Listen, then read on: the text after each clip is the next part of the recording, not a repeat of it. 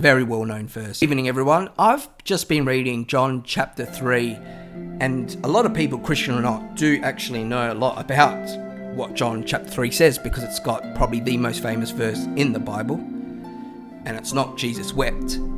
It is, for God so loved the world that he gave his only son, that whoever believes in him shall not perish but have eternal life. John 3:16. Very well known verse. And reading John 3 in my devotions, these were some points I got from reading this chapter. So it mentions that one must do to enter heaven and have eternal life. A lot of people say, what do I must do to go to heaven and not to go to hell? Well, how do I get eternal life? Jesus makes it quite clear what we need to do. We'll go into that a bit later. Then it also goes on about that it is our spirit that enters heaven, not through our flesh.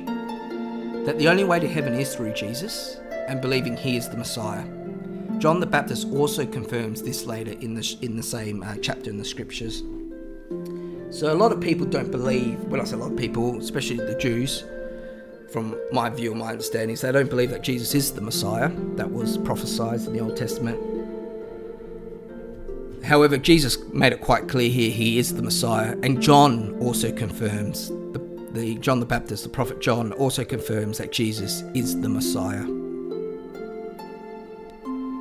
Then goes on to say that many people don't want to accept Jesus, as Jesus is seen as the light of the world, and humans like to live in darkness, as they can just stated that you need to be baptized in water.